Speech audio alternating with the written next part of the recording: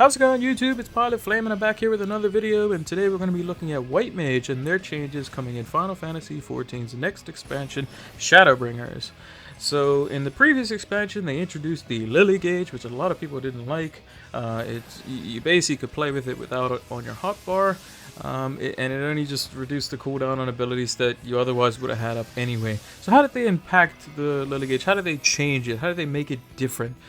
So basically now it's on a timer for when you're in battle, and basically every 30 seconds you gain 1 lily, stacking up to 3 lilies. And it's just like the Black Mage Astral Fire Umbral Ice gauge for the foul timer for 30 seconds. So basically if you have 3 lilies, it will still continue to tick, and basically you could technically have 4 lilies all in a row if you really wanted to do it that way. Whereas how now you can basically have 3 fouls effectively, or 3 Xenoglossies in a row, which is quite nice because that means more free heals. They are on the GCD. They are only abilities that consume a GCD and not off GCD, which kind of sucks. Would like to have seen them on the off GCD, but nonetheless, they are still quite potent abilities. So what are the abilities that you get to use with your lilies? Well, there's 2 of them. There's Ffxiv Solace and Ffxiv Rapture. Ffxiv Solace is Cure 2, that consumes a lily and nourishes the Blood Lily gauge, and as well as Ffxiv Rapture nourishes the Blood Lily gauge, consumes 1 lily, is basically Medica. So basically what you're trying to work towards is getting 3 lilies consumed, which nourishes the Blood Lily, which allows you to do Ffxiv Misery, which is a 900 potency ability that has fall off by 10% all the way down to 50% for all remaining enemies after the 5th one in an AoE, and it's a super obviously potent ability. You get rewarded for being the super healer, as it were, which is quite nice. And basically, if you could do these out of combat, that would be pretty crazy.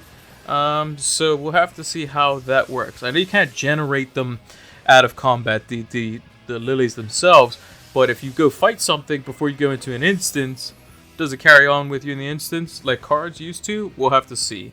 But I assume it'll probably be, you'll have to wait basically a minute and a half before you have your 3rd lily, before you can use this ability. In terms of abilities that stay the same, Cure 2, Benediction, Tetragram, Medica 2, Cure 3, and a size more or less stayed the same. The stone line of DPS, as well as the arrow line of DPS, get an upgrade, and we'll talk about that in a second. In terms of a size, so it seems that all the healers have their own ability to get their mana back. White Mages is definitely by far the strongest. It does 400 potency with no fall off to all enemies nearby in a 15 yalm radius, which is pretty big for an AoE ability. It restores everyone's HP instantly by 400 potency, which is obviously crazy, and it gives you 10% of your own MP on top of it on a 45-second cooldown, which is absolutely insane. So basically it has the max cooldown reduction from the old lily system if you had 3 lilies, which is just absolutely crazy. Asylum got a nice change.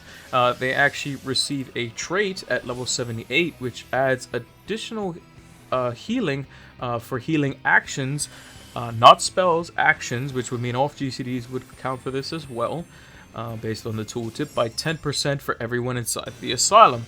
I would still like to see the radius slightly bigger, just because it is quite small, so you'd be limited on space, but Asylum obviously got a big boost there, so it's super cool, and it would probably work with itself, which means that the cure potency of 100 over the 24 seconds, which would be 800 cure potency region, which is quite strong, would be increased by basically another 80 on top of that for every party member. So that's it's quite good. In terms of those DPS spells that I mentioned before, the stone line upgrades to a 300 potency single target ability called Glare, so obviously way higher than the other 2 counterparts in Astro and Scholar. And then Dia is their new arrow spell, which is 120 on hit potency, and then does the same dot potency of 60 over 30 seconds like the Scholar ability. So obviously this dot is every time you use it, it's 120 potency better than the Scholar one, which is obviously absolutely insane. And their AoE, Holy, it costs slightly slightly less than Astros, I believe. I could be wrong on that, but it does have a fairly low MP cost of 600. It still stuns for 4 seconds, which is quite nice, and it has the 140 potency to all enemies with no fall off. So you're going to be basically using a lot of these in dungeons, and with White Mage's ability to keep their mana up, you should have no problem being able to use a lot of these. Some other insignificant changes. Obviously, Thin Air's text was reworded, but it still does the same thing. 2 minutes, 12 seconds. No MP cost for all your healing ability, or all your spells, rather. Fluid Aura now binds instead of knocking the target back. I hated knockbacks in the first place, so I like this change. Presence of Mind didn't change. I don't understand why this is on a 2.5 minute cooldown. Just put it on a 2 minute cooldown. I would like to see this on the 2 minute cooldown. Not because I think that that White Mage is already overpowered enough or anything, but it should be a 2 minute cooldown given the strength of other abilities. Like, if you think Warriors have Vengeance, and Vengeance has been one of the strongest, if not the strongest, mitigating tanking ability in the game for a single tank for the longest time, and that's on a 2 minute cooldown. So Presence of Mind, I think, deserves a 2 minute cooldown. Plenary Indulgence saw a slight change. So it's a 60-second recast. It's an off GCD.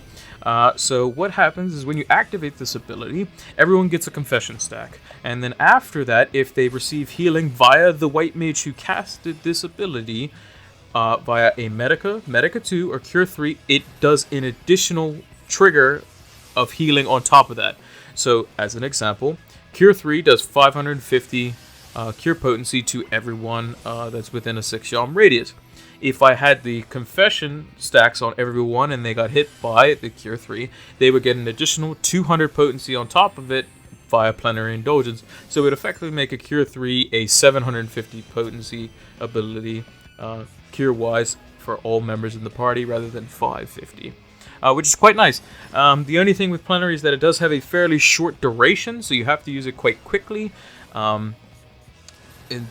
Off GCDs are going to be a little bit harder for White Mage to use because you're going to be wanting to use Glare just constantly because it does 300 potency every hit. Obviously, reapplying your dot is a time where technically you could use it, which is once every 30 seconds. So it kind of fits in that vein. But obviously with heals, you have to be a bit more reactive in a sense. DPS skills, you can kind of just keep throwing them out. But I like that.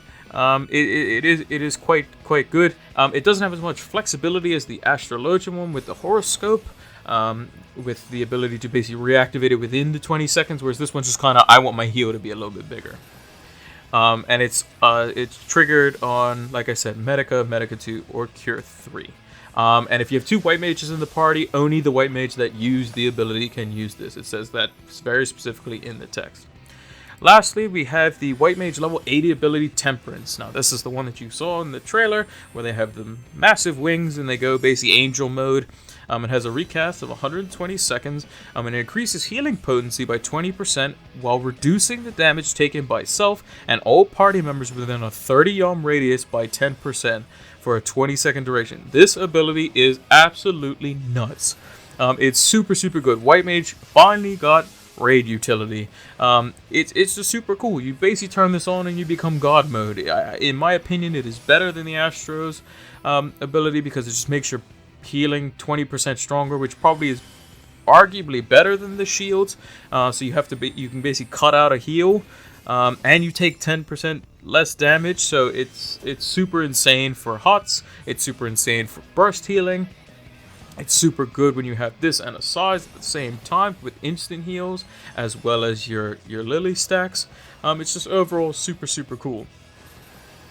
Lastly, for the major changes for the ability, you have Divine Benison, which now basically, instead of it costing a lily, it's just a 30-second recast, which just puts a 500 potency shield on somebody that lasts 15 seconds. So obviously super cool, and you can use it quite often.